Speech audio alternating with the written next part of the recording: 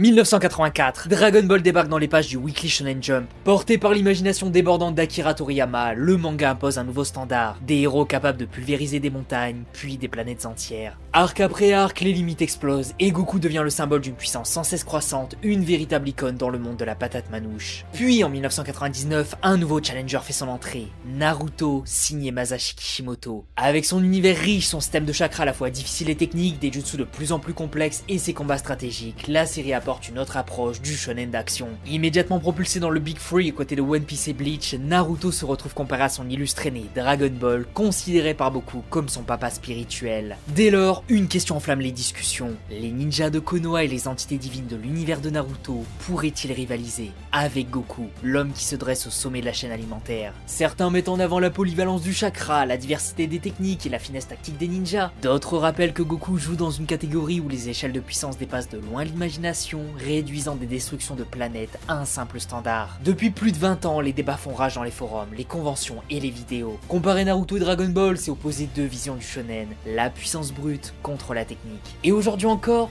une question persiste. Dans un affrontement, l'univers de Naruto pourrait-il vraiment vaincre Goku? Existe-t-il un personnage ou un groupe capable de l'éliminer? C'est ce qu'on va voir aujourd'hui. Pour les règles, je vais être bref. On ne prendra en compte que les personnages dans Naruto, pas de Boruto, il aura le droit à sa propre vidéo quand la série aura avancé. On va structurer la vidéo pour y aller progressivement, donc il n'y aura pas un affrontement bête et méchant direct, ça n'aura aucun sens. Et enfin, on va commencer par une analyse du fondement même de leur capacité, parce que le fait qu'il existe une différence entre le ki et le chakra est un point capital dans la compréhension de ce débat. Mais vous verrez. Et puisque j'entends les pro Itachi hurler dessus parce qu'ils pourraient le placer dans un genjutsu avant même que Goku n'ait le temps d'être un mauvais père pour Gohan, on va pouvoir commencer. Et Dieu sait qu'il est rapide.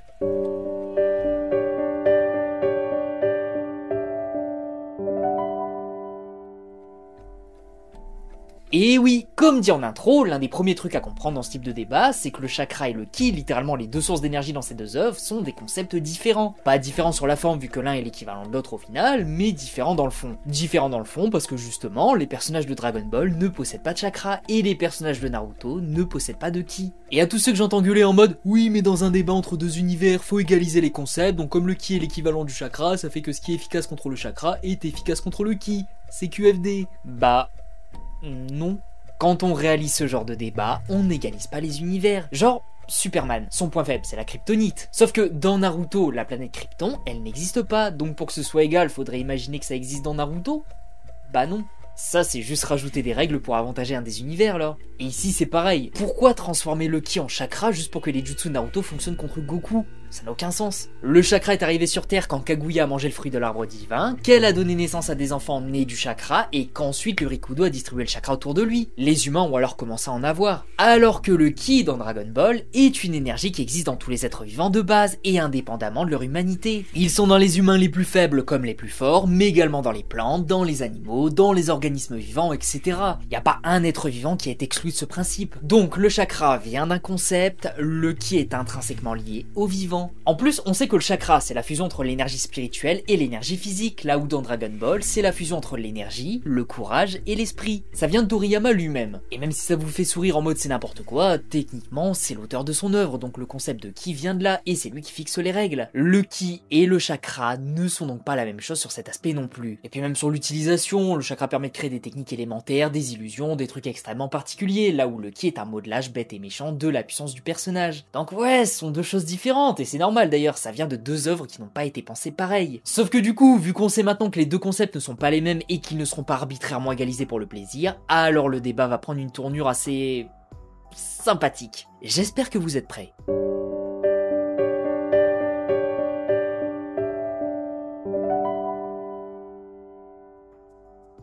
Alors, maintenant qu'on sait que Goku ne possède pas de chakra en lui, on va passer à la partie amusante. Comment il s'en sortirait face à cet univers? On va d'abord voir un petit peu les capacités les plus fumées de Naruto et voir comment il pourrait les gérer. Déjà, le plus connu et celui qui est au cœur de ce type de débat, les genjutsu. Est-ce qu'un genjutsu peut fonctionner sur Goku? Et la réponse...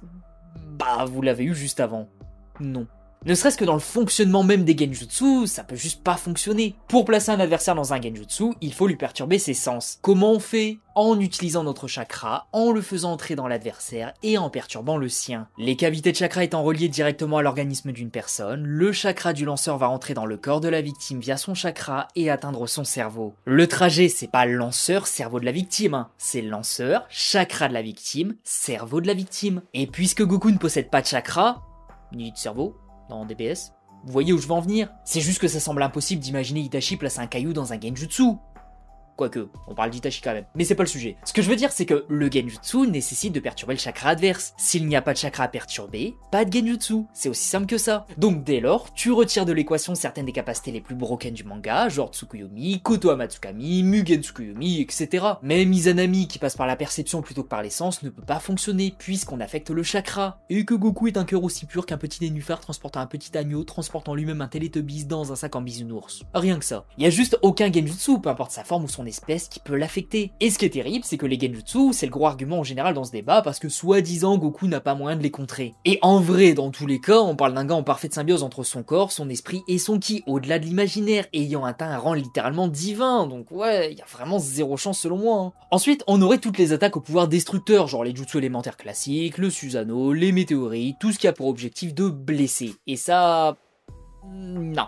On l'a vu à maintes et maintes reprises, hein, Goku, et même globalement tous les personnages de Dragon Ball sont juste trop résistants. À partir du moment où tu peux tanker des attaques capables de pulvériser une planète sans problème, ou même juste de les repousser, y a pas moyen de se faire blesser par les attaques de Naruto. Parce qu'au mieux, en vrai, on a eu quoi? Toneri qui coupe la lune en deux, Piccolo l'a fumé en une attaque à l'époque où il était encore plus faible qu'un Saibaman. Jackie Chun l'a fait également, arrêtez de rire. Imaginez juste la puissance des attaques de Freezer, Cell, Boo, Beerus. Goku peut littéralement tout encaisser sans problème. Et non, le caillou lancé par Krillin est exclusif à l'animé. Même sans être sur leur garde, hein, les persos Dragon Ball sont juste naturellement beaucoup plus résistants. Niveau attaque plus subtile, on a quoi? Les 64 points du Haken Neji? L'organisme de Goku n'est pas composé de Tenketsu, donc vous voulez qu'il ferme quoi en dehors de son cercueil? Après oui, le Juken permet de passer outre la durabilité de base, et le cœur de Goku n'est pas plus résistant qu'un autre, donc en théorie, ça pourrait faire quelque chose. Mais comme faudrait réussir à passer la première couche de ki qui confère aux personnages de Dragon Ball leur résistance folle, c'est chaud hein. Surtout que Kidomaru a pu tanker l'attaque avec justement une couche protectrice autour de lui. Donc là encore, Neji va se casser les doigts sur Goku, qui va lui casser les dents juste après. Le Jutsu d'Idan, oui, ça peut peut-être fonctionner si ce qui relie les deux individus n'est pas le chakra mais un concept plus large, genre la vie directement. Mais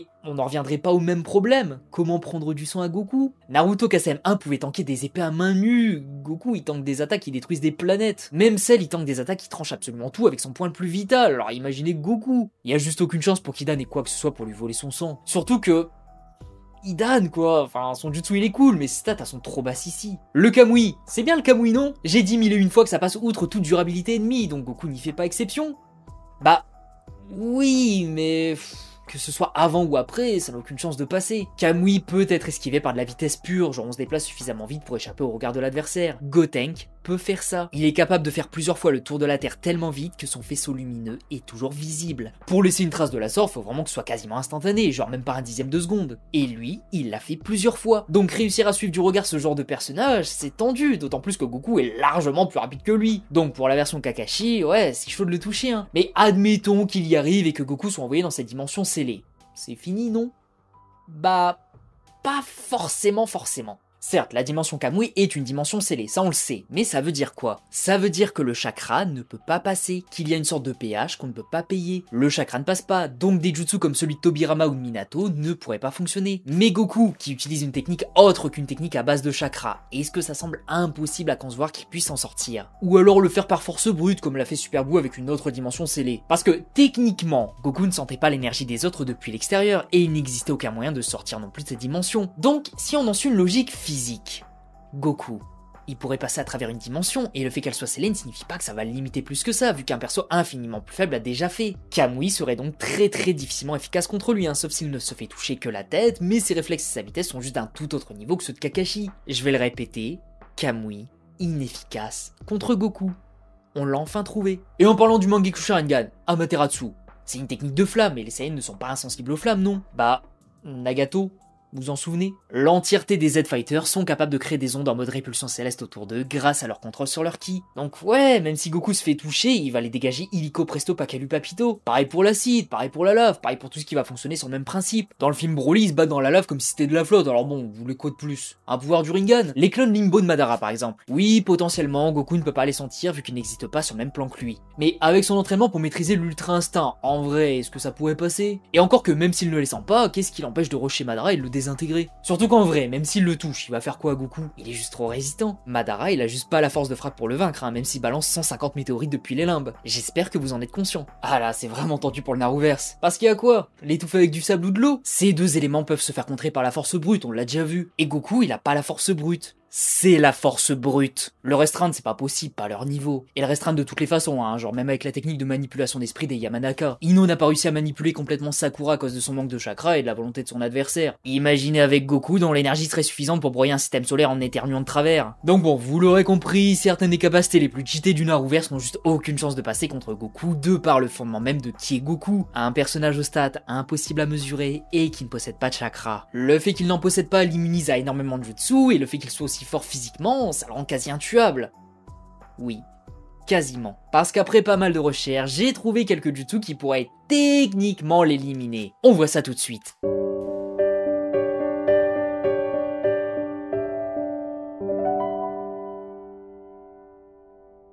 Alors, tout d'abord, je l'utilise très souvent dans mes comparatifs avec des persos dont la durabilité est folle. C'est le Jinton. Le Jinton, c'est le Kekkei Tota d'Onoki Emu, et ça permet de détacher les molécules d'un corps. On ne s'occupe pas du chakra, pas de la forme de la cible, si elle est vivante ou non, peu importe. Ça touche, molécules séparées, ça tue absolument n'importe qui. Bon, en dehors de Boo. Et de Régulus, le chevalier du lion de Los Canvas. Et sûrement plein d'autres en fait. Mais contre Goku, bah oui, s'il se fait détacher ses molécules, logiquement, y a rien qu'il puisse faire. La seule zone d'ombre, c'est sur les limites du Jinton, genre est-ce qu'un corps aussi puissant que celui de Goku peut se faire détacher de la sorte? Ou alors ne serait-ce que Jubi, Kaguya, etc. Est-ce qu'Onoki avait la force de les éliminer? Ça, on peut se poser la question. Même si, techniquement, Madara il a repoussé le Jinton de Loki par force brute avec son Susanoo. Ses jambes n'ont pas subi le coup, donc il devrait y avoir des limites. Si Goku se prend l'attaque, il meurt, mais s'il est capable de concentrer son ki et de le décharger avant de se faire détacher les molécules, là il devrait être apte à le contrer. Mais bon, si on joue sur les mots, oui, ça peut le tuer. Juste qu'il y a quasi aucune chance pour que ça fonctionne, hein, grâce à sa résistance, mais aussi grâce au fait qu'il ne risque pas de se faire surprendre par Pépé. Dans le même style, on a le Fuinjutsu. Est-ce que Goku peut se faire sceller? Eh bah... oui. Logiquement, si on suit les règles de l'univers de Naruto, le Fuinjutsu ça ne scelle pas que le chakra. À plusieurs reprises, on a vu des armes ninja scellées par du Fuinjutsu et réutilisées par la suite. Ces armes, jusqu'à preuve du contraire, ne sont pas infusées avec du chakra, donc techniquement, Goku peut se faire sceller. Juste que pour sceller un adversaire costaud, ça semble être difficile, et sceller un individu avec une telle puissance, ça peut être impossible. Ou alors ce serait ultra simple, vu que sans chakra, y a aucune résistance. À voir la logique commune entre deux univers, hein, mais bon, pour moi, on est dans l'intervalle du peut-être. Aussi, on aurait tout bêtement le poison. On l'a vu, Goku n'a pas un organisme plus puissant que la moyenne. Il est même techniquement mort de problèmes cardiaques avant l'arc Cell, donc ouais, un poison assez fort devrait pouvoir en venir à bout. Surtout que Frost a pu l'empoisonner, donc est-ce que c'est inconcevable d'imaginer un poison capable de le tuer? Pas tant que ça, hein. Donc on a là une bonne méthode pour l'éliminer. Ensuite, on a la rage blanche de Kabuto et globalement toute une catégorie de jutsu. Quand Kabuto utilise son dragon, il se recroqueville sur lui-même et explose. À son explosion, une lumière extrêmement intense se dégage et un son super strident vient faire vibrer le corps de la victime. Kabuto peut y résister grâce à sa liquéfaction, mais Goku, lui, il a pas ce genre de résistance. Et encore une fois, l'intérieur de son corps devrait être aussi sensible qu'un autre au son. La lumière à la limite ça passe, il ferme les yeux, il peut se battre quand même. Mais le son, il a rien contre ça. S'il entend un son super strident comme ce dragon provoque, là il va finir immobilisé. Est-ce que Kabuto a quelque chose pour le tuer après? Pas vraiment, mais au moins il peut l'immobiliser un petit peu, c'est déjà pas mal. Et enfin, oui déjà, on a tout ce qui touche à la manipulation de l'âme, genre Ningendo, le pouvoir d'arracher l'âme, ou le dragon de Nagato. En toute logique, l'âme des personnages ne sont pas liées à du chakra, donc Goku peut se la faire arracher. Est-ce que ça va fonctionner puisqu'arracher une âme c'est un tir à la corde? Pas vraiment sûr vu la puissance de Goku, mais au moins ça passe outre sa durabilité, donc allez, ça rentre dans la liste. Et cette liste, bah elle est déjà complète. C'est vraiment pas beaucoup. Mais maintenant qu'on a vu que globalement il y a quasi rien qui va passer contre lui, voyons voir comment ce cher Goku s'en sortirait contre des personnages de Naruto.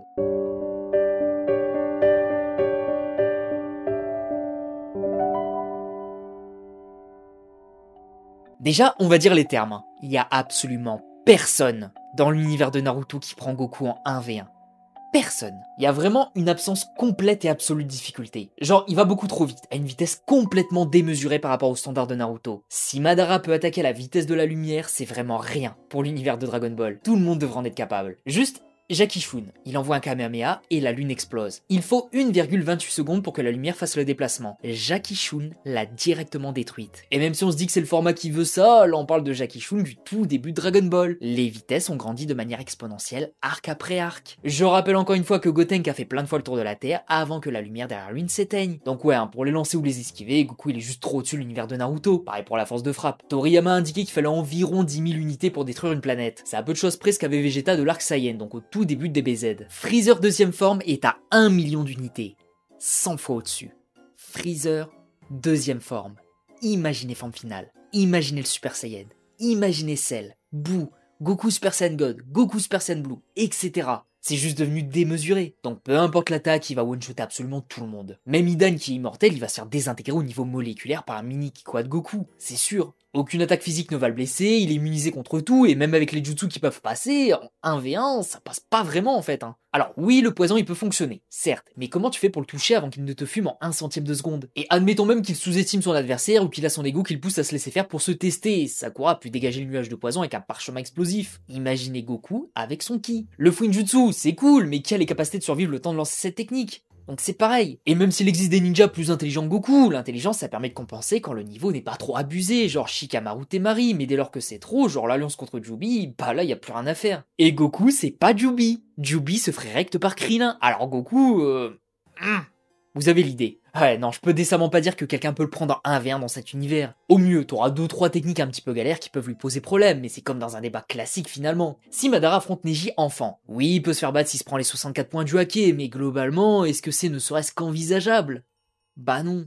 Et avec Goku, l'écart de niveau est encore plus grand qu'entre ces deux-là. Donc en 1v1, y a personne, et si je dis les termes, bah même tous en même temps, y a aucune chance. Si tous les ninjas du monde s'allient et sautent sur Goku en même temps, ils vont tous se faire envoyer sur la planète Kaio d'un simple mouvement. Soit Goku va les Speed Blitz comme jamais ils se sont fait prendre de vitesse et toutes les têtes vont tomber, soit il va utiliser la force brute et utiliser un giga Kikoa pour tous les éliminer d'un coup. Même avec du corps à corps d'ailleurs, c'est possible. Vous savez, il y a une image qui a tourné quand l'annonce du film Résurrection de Freezer est sortie. Malheureusement, je l'ai pas retrouvée, désolé, mais c'est juste Goku, Vegeta et Piccolo qui étaient en sueur parce que Freezer était de retour. Ensuite, ils se sont regardés genre pendant quelques secondes et Piccolo lui a mis une pichenette dans la tête et elle a explosé. Et ce qui est triste, c'est que c'est factuel. Piccolo, à ce moment-là, il aurait pu one-shot l'ancien Freezer sans aucune difficulté. Et cette version de Freezer, c'était déjà quelqu'un capable de fumer sans aucune pression l'intégralité du Naruverse. Et contrairement à Goku, lui, il aurait pas attendu pour faire sauter la zone. Alors imaginez avec quelqu'un pour qui ce Freezer ne représente absolument rien. Mais genre, rien du tout. C'est une poussière. En fait, on n'est vraiment pas sur le même univers. Et oui, ça semble évident vu que ce sont deux œuvres différentes, mais il y a juste pas grand chose à dire ici vu que Goku ne joue juste pas dans la même catégorie qu'eux. Faut chercher longtemps pour trouver des méthodes pour le vaincre, et le vaincre ne peut même pas être imaginé malgré quelques jutsu qui pourraient passer tellement il est absurdement cheaté en comparaison. Donc voilà, je ne pense pas que globalement beaucoup considèrent les personnages de Naruto comme jouant dans la même catégorie que ceux de Dragon Ball, mais ce débat existait surtout à cause d'une méconnaissance sur le système de Ki Chakra. Donc voilà, Goku les pulvérise, que ce soit en 1v1 ou tous en même temps. Il y a vraiment aucune différence pour lui, c'est comme,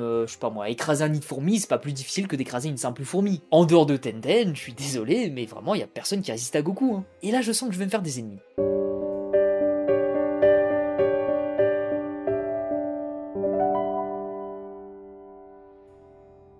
Et oui, depuis le début, je ne prends pas spécialement un Goku précis, je ne fais que piocher parmi les différents Goku et globalement parmi les personnages de Dragon Ball pour justifier mon choix. Surtout dû au fait que le dernier Goku n'a aucune limitation par rapport à tous ceux que j'ai cités depuis le début et j'ai même pas pris la peine de parler de techniques ultra fumées comme le Hakai ou le Mafuba pour vaincre des persos pseudo-immortels. Mais je pense que vous avez compris à quel point ce Goku n'est pas à leur niveau. Par contre, est-ce qu'il existe un Goku dont la puissance est relative à celle des personnages de Naruto? Eh bien, oui. L'ascension de Goku n'a pas commencé directement depuis les sommets. Quand il était plus jeune, sa force destructrice, sa vitesse, son expérience, sa résistance, tout était bien plus bas, à une échelle plus proche de celle de Naruto, voire même en dessous. Je pense que si je prends le Naruto Rikudo comme standard de puissance, vu que c'est la version la plus puissante du personnage principal dans le manga, bah là je le vois bien vaincre Goku de Dragon Ball. À ce moment-là, ce Goku n'a pas encore une puissance si démesurée. Elle l'est fatalement à l'échelle des humains, mais en comparaison avec des ninjas ayant des réflexes et une vitesse proche de celle de la lumière, là c'est tendu.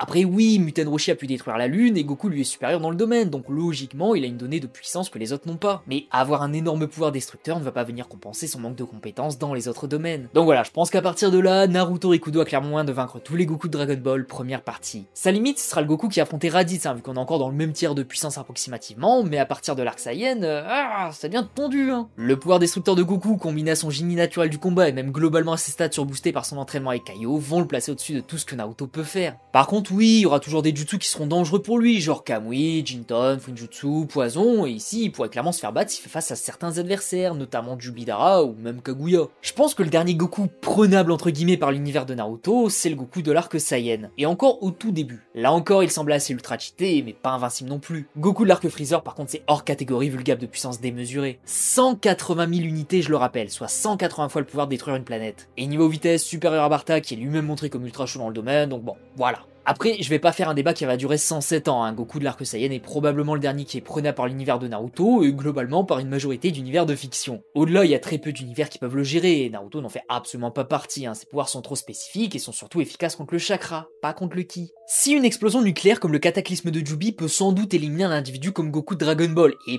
peut-être, et c'est un gros peut-être, hein, de l'arc Saiyan, les Goku d'après, y a aucune chance. Donc voilà, si je devais conclure, Goku fume l'univers de Naruto vu que rien ne passe réellement contre lui et que les quelques strates efficaces ne le sont pas réellement vu qu'il faudra assumer que Goku se laisse faire.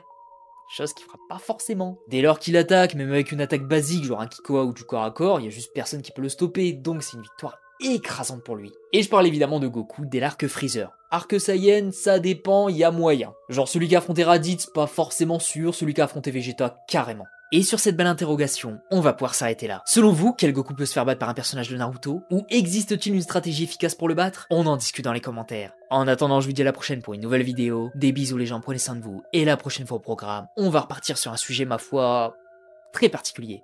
Vous verrez.